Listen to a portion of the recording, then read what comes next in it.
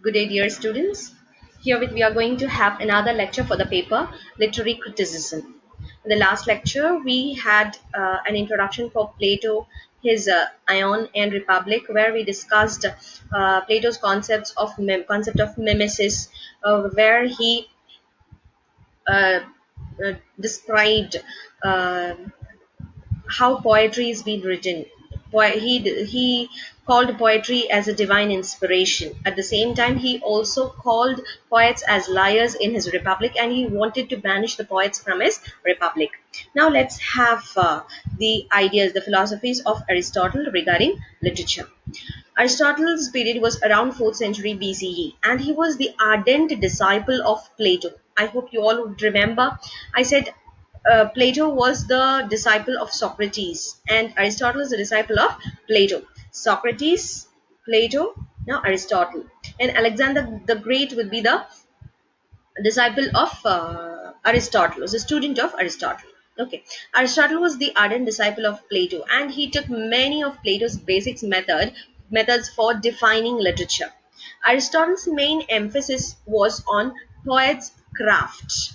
He saw poetry as a craft, right? Whereas Plato's emphasis was on poet's imagination, poetic creation, right? It was a kind of a psychological study of how poetry is being created. He gave the theory of mimesis. Poet is inspired by the muse, and he writes poetry, and he called poets as a prophet and poetry as divine truth. Whereas here Aristotle emphasizes on poetic craft, poet's craft. He is going to list out or give a system on how the poetry should be written, on how what are the norms that should be followed while writing poetry, or what how to construct a poetry. Right, so Aristotle's main emphasis is going to be on poet's craft. He is also going to talk about the medicinal role of literature, not the moral value of literature. According to Plato, literature should have a moral value, an um, uh, ethical message or a didactic message to be imparted to the audience. Whereas Aristotle's according to Aristotle, the role of literature is medicinal.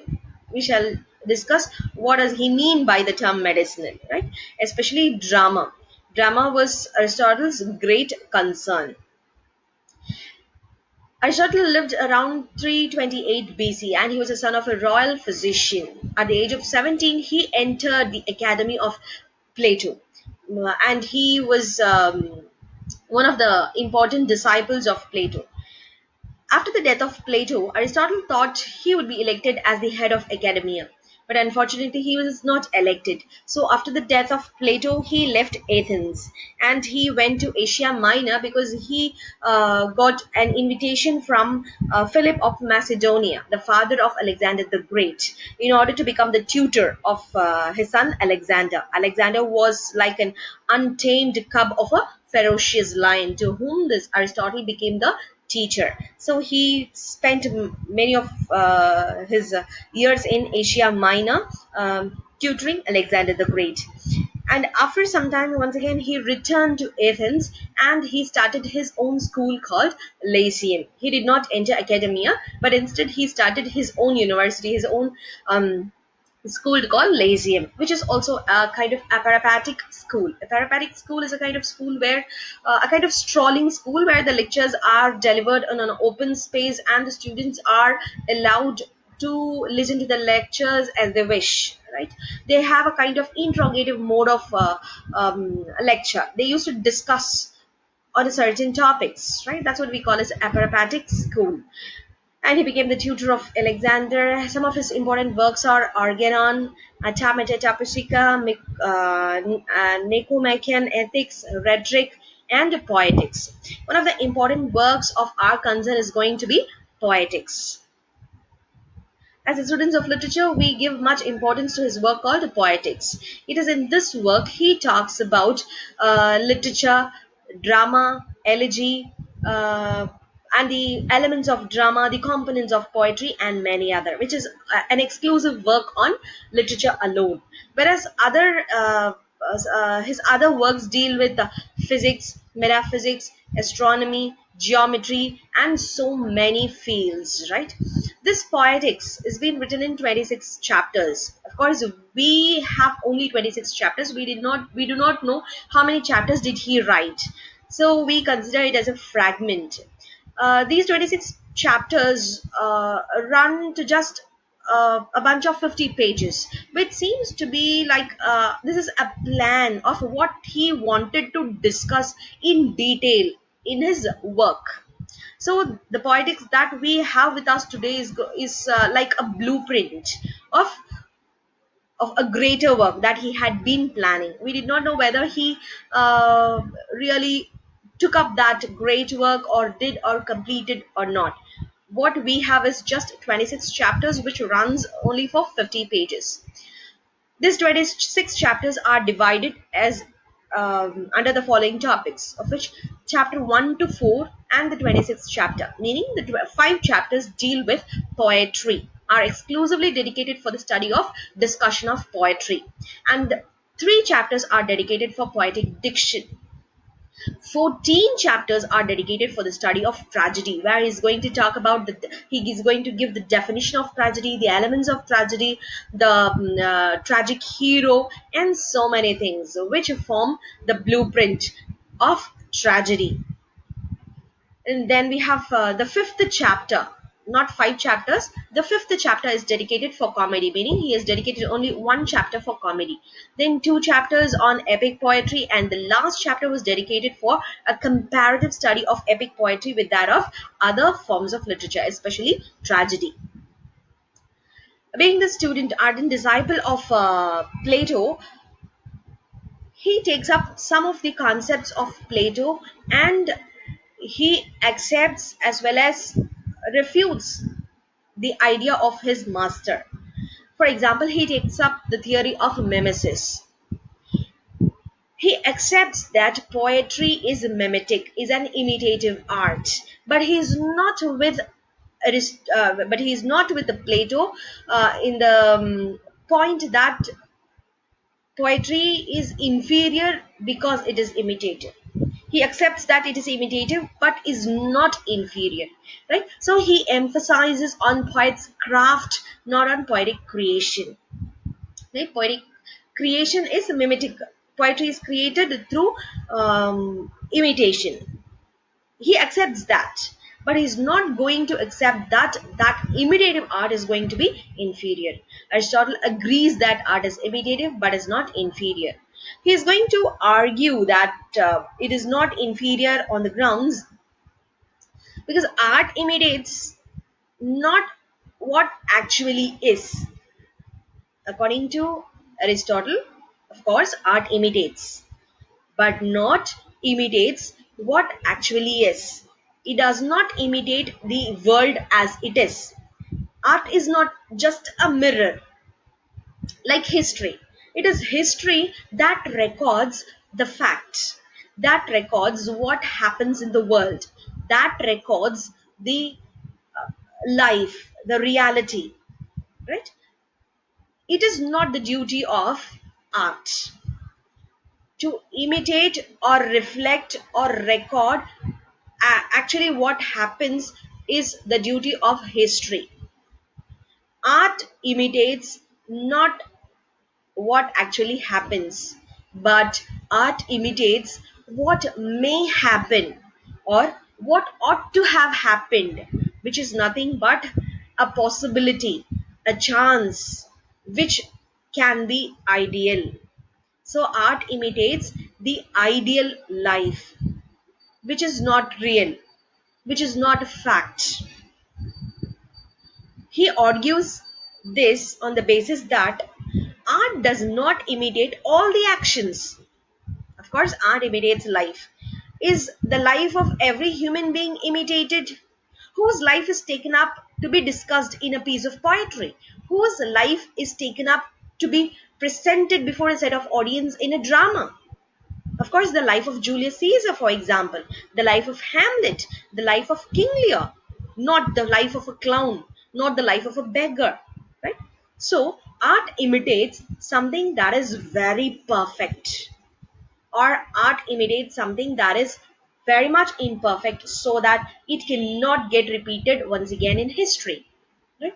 Or art imitates something that is very perfect or something that is ideal so that it can be imitated in future, or it can be, or it can be followed up in reality in future. So art does not imitate life as it is. Art is imitative, but art does not imitate what actually is, but it imitates what ought to have happened or what may happen. So, art is selective in its imitation, which is worth inspiring.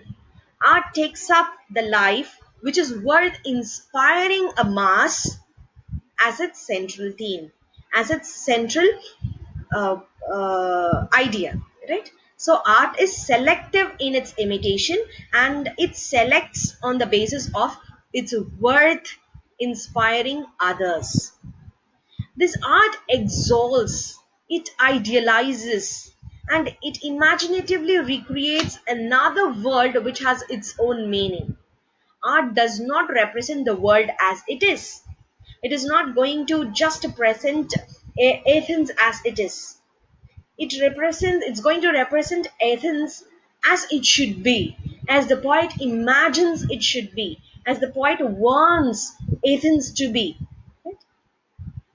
So a writer idealizes, imaginatively recreates a new world which resembles the real world, which has the probability of existence, right? Which has its own meaning and beauty. So, by the word imitation or by being imitative, it is not inferior because art imitates an excellent world. It it imitates something that is ideal. It recreates through imagination a world which is probable, which can probably exist if we think, if we want to.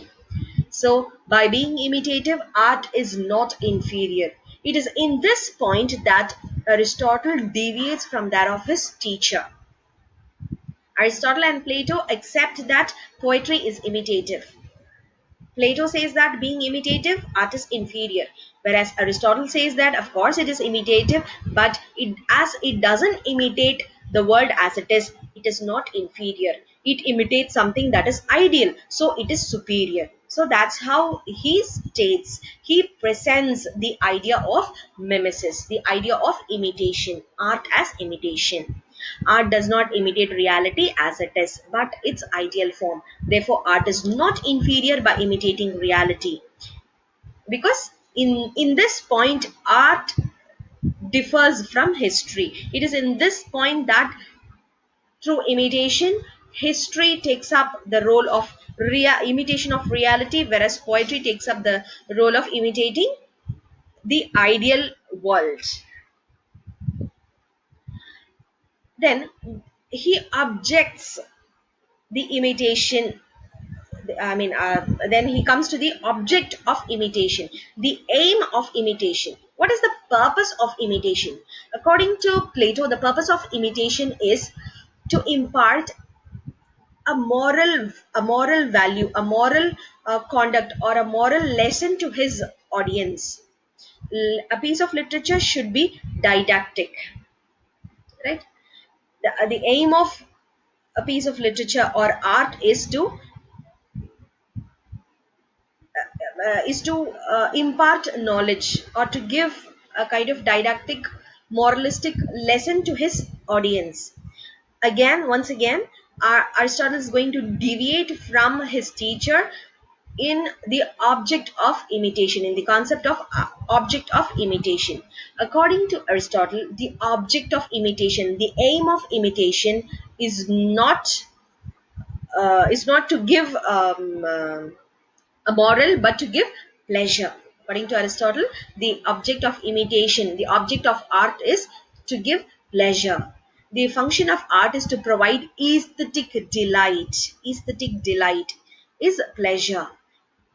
The audience should be pleased with this aesthetic pleasure. They should enjoy. They should feel exalted. This aesthetic satisfaction produces a better state of mind in the audience. This better state of mind, in other words, is the moral value, is the didactic value that an art can impart to his audience or give to his readers. So, once again, in this point, Aristotle is going to deviate from that of Plato. Poetry is not philosophy. It is the work of philosophy. It is the duty of philosophy to teach people, to impart knowledge to people. It is not the work of poetry. According to Plato, a piece of poetry is inferior when it doesn't teach a moral lesson, when it doesn't have the object of teaching. But according to Aristotle, it is philosophy that teaches its readers, that has a piece of knowledge to be shared to the audience.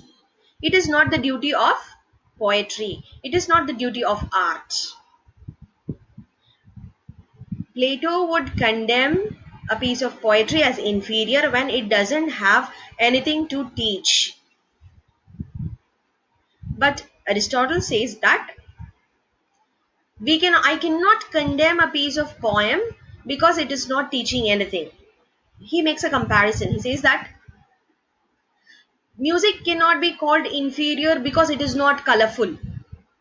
Painting cannot be called inferior because it is not audible, because it is not musical.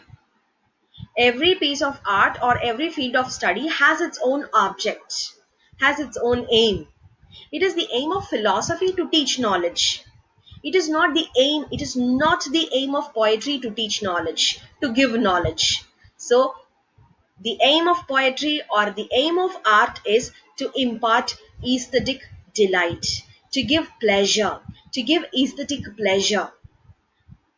Uh, we cannot judge a piece of painting because it is not audible, or we cannot call a musical note as inferior because it is not colorful. It is something like making a comparison between A.R. Rahman and, for example, Tendulkar. I cannot say that A.R. Rahman is inferior because he is not batting very good. I cannot judge Tendulkar on the basis that he is not capable to sing. See? So A.R. Rahman has his own quality, has his own standard, has his own talent. Similarly, Tendulkar has his own talent. So I should judge each art in its own perspective, in its own object, its aim. It is not the aim of art to teach the audience. It is not the aim of art to impart knowledge. It is the aim of philosophy. So Aristotle concludes that the object of poetry or the object of imitation is to provide aesthetic delight, to provide pleasure, to provide aesthetic pleasure. Poetry is not philosophy that it should teach. Both are different in their objectives. If poetry is to teach knowledge, then what is the difference between philosophy and poetry? If poetry starts teaching, how is it going to be different from philosophy? Right? So that's how he argues that the object of imitation is aesthetic pleasure. So once again, he deviates from the concept of his master. So we have seen the concept of mimesis according to Aristotle, and aesthetic pleasure, the object of art as a pleasure according to Aristotle. So in 2 points, Aristotle is going to deviate from that of Plato. So we are going to have two sets of theories, one given by Aristotle, another given by Plato. Another third concept that for which Aristotle is very much remembered is tragedy. He has dedicated some 14 chapters for the discussion of tragedy. He starts with the definition of tragedy. I want you to remember, I want you to understand, digest this definition of tragedy. See, I have highlighted these lines differently because we are going to divide these definitions according to these highlights and are going to discuss in detail. Tragedy is an imitation of action that is serious, complete, and of certain magnitude.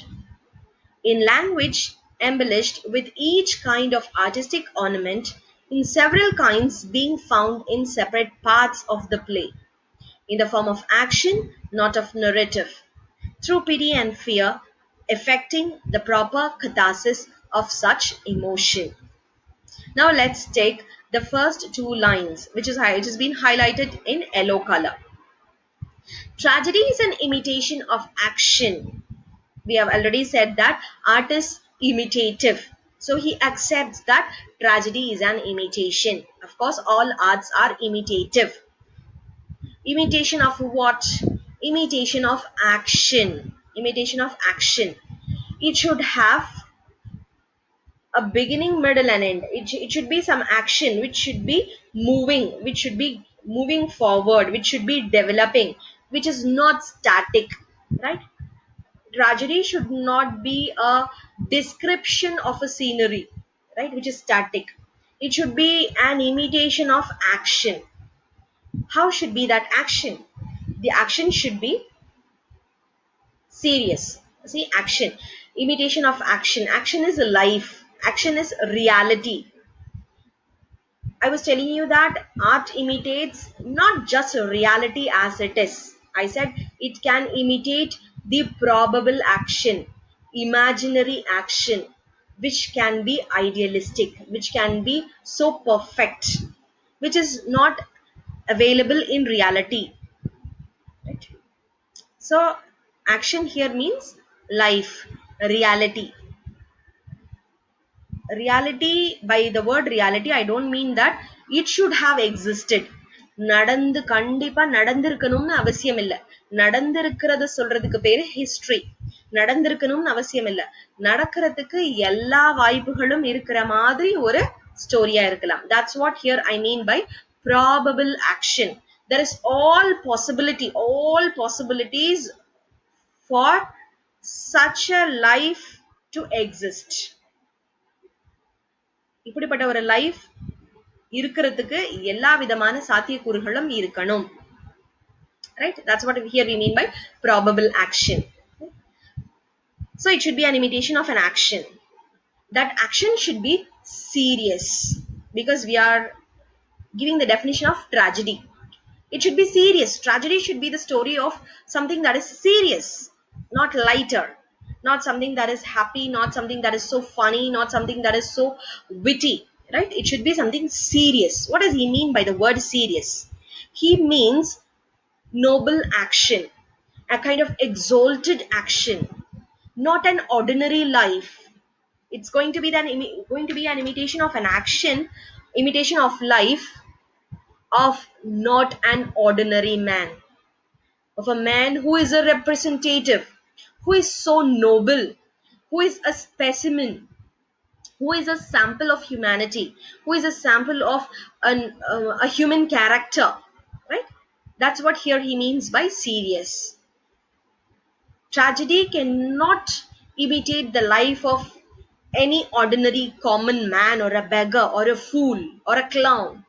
It should imitate the life of a noble life, a noble representative like kings and queens, right? Like the dukes and the duchess, or the gods and goddesses. Right? A tragedy should talk about the life of, for example, Julius Caesar, for example, Hamlet, for example, King Lear, for example, Macbeth, right? So, tragedy deals with the life of, imitates the life of noble men, which is, of course, serious. Then coming to the word complete. Tragedy is an imitation of action that is serious. Complete. What does he mean by the word complete? Tragedy should have a beginning, a middle, and an end.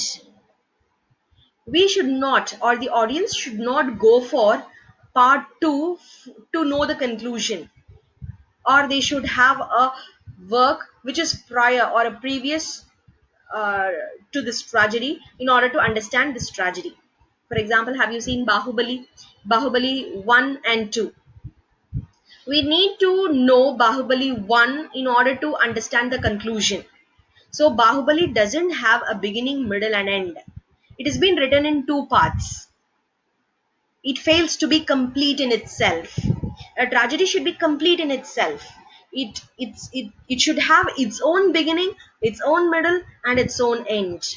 The audience should not go for another work to understand, to know its conclusion, or they should not go for another work in order to have a prior knowledge of that tragedy. That's what here he means by complete. It should have its own beginning, it should have its own middle, and it should have its own end.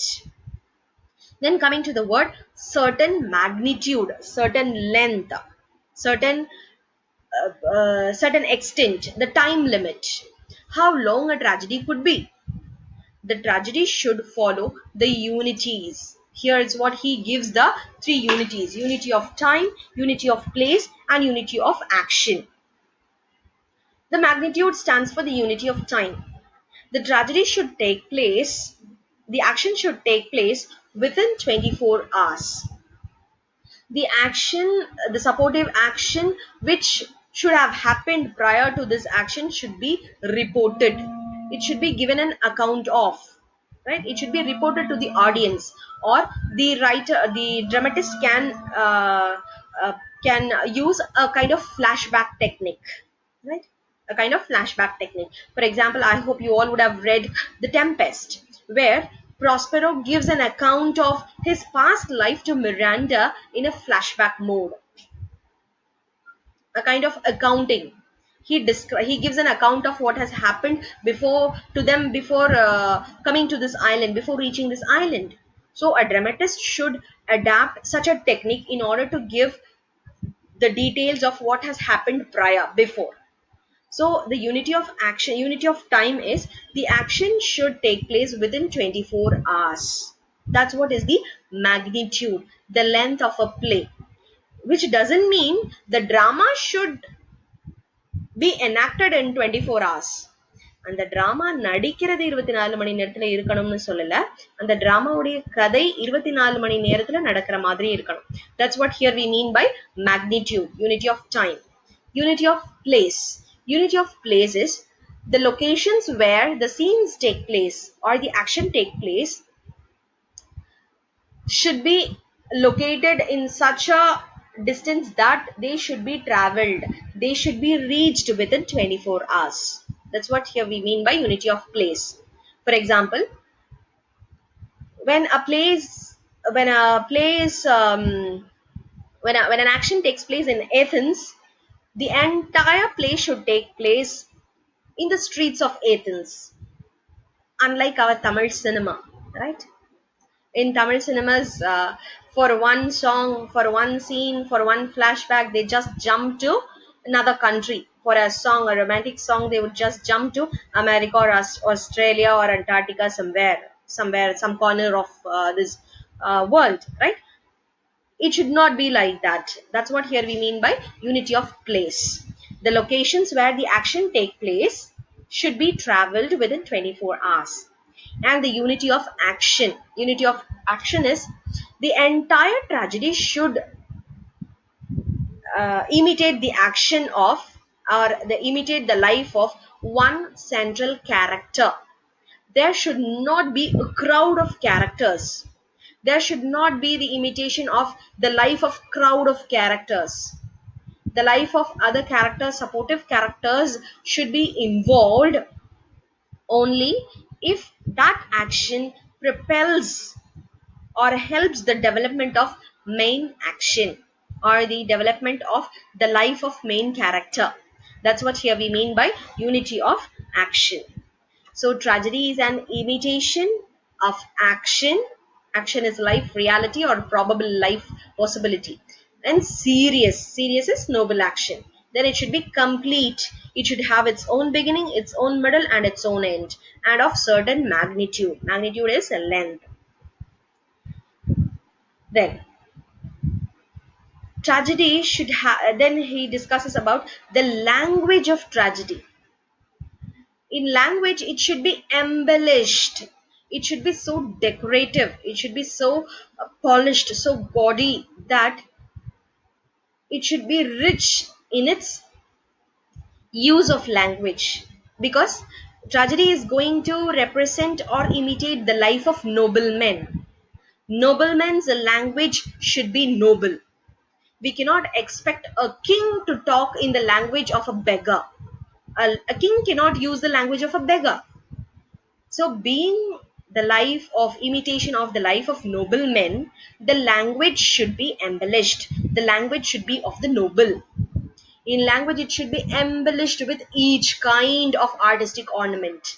All kind of artistic ornament. Artistic ornament stand for the figures of speech. All kinds of figures of speech should be used. Where should be used? In several kinds, being found in separate parts of the play. Separate parts of the play. That is, throughout the play. Through every tongue should speak that embellished language, except the characters of clown or fools. Fool cannot have the tongue of the noble.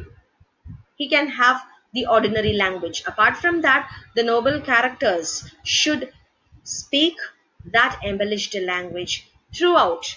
The play should not have set speeches.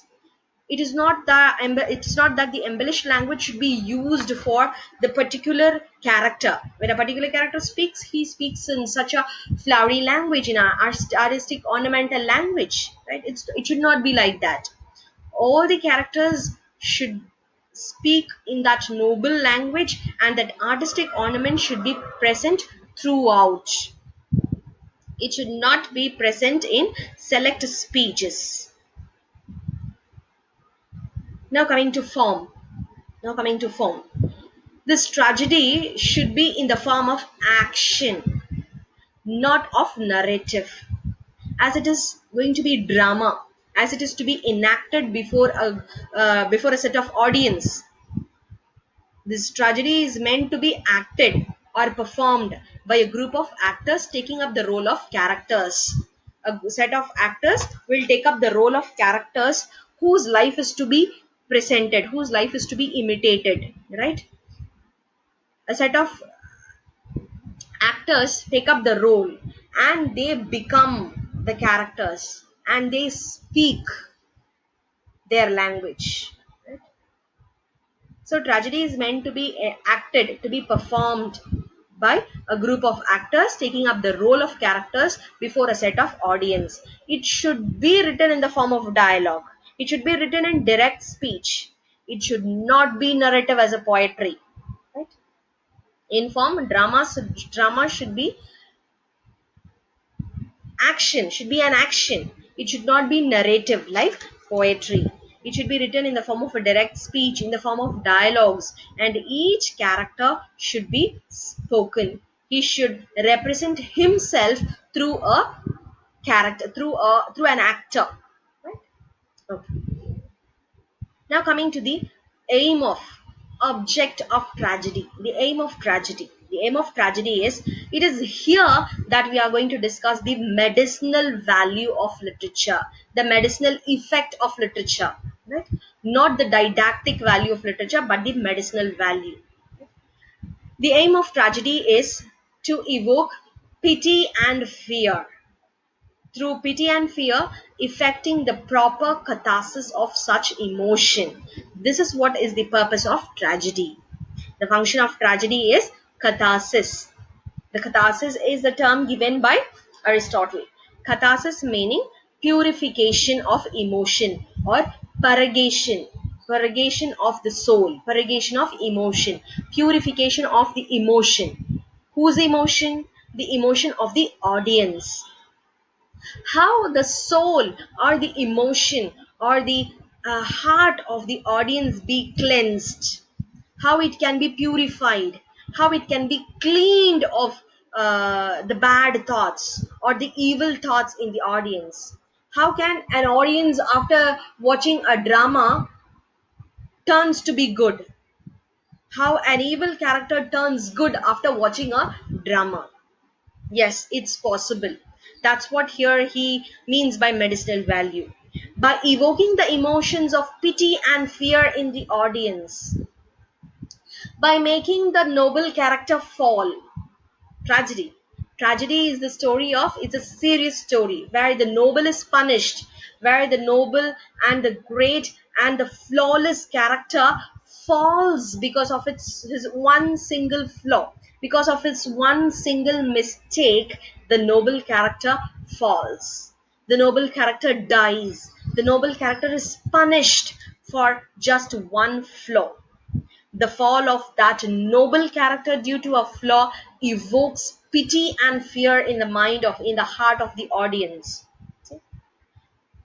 When we see the death of King Lear, when we see the death of Hamlet, when we see the death of Julius Caesar, when we see the death of Macbeth, that pity and fear is evoked in us. On seeing the death of King Lear, we think that, see, this is what is the end of King Lear. Then what will be mine? This is what is the end of Hamlet. Then what will be mine if I am going to be like Hamlet? If I'm going to be suspicious like Macbeth, my end is going to be like that of Macbeth. So, through the fall of, through the death of, through the punishment of these noble characters in tragedy, pity and fear are evoked in the mind of audience, which cleanses, which purifies the soul, which purgates the soul of the audience of the flaw in them. After watching Macbeth, definitely no audience would think of being suspicious about their wives. They'll take their own time to check whether the information is right or wrong, right? That's what here we mean by purgation. This is what is the ethical value that the audience receive by watching a tragedy, which is not only a kind of ethical value but also a cathartic value, but also a aesthetic value. By enjoying the tragedy, by forgetting or becoming one with those characters, by enjoying that pleasure, he also receives that didactic value. He also is going to receive that ethical lesson by watching the tragedy. Right? So the function of tragedy is catharsis. Catharsis is purification of emotion or purification of soul. Tragedy can purify the soul by evoking pity and fear in the audience. How that pity and fear is evoked? Through the fall of noble character, an excellent character, a well built character, a perfect human being who falls, who is punished for his one single flaw. On seeing the fall of that flawless man or the noble man, the audience would get the emotions of pity and fear, which cleanses their own character. So, once again, moving to looking for the definition of tragedy. Tragedy is an,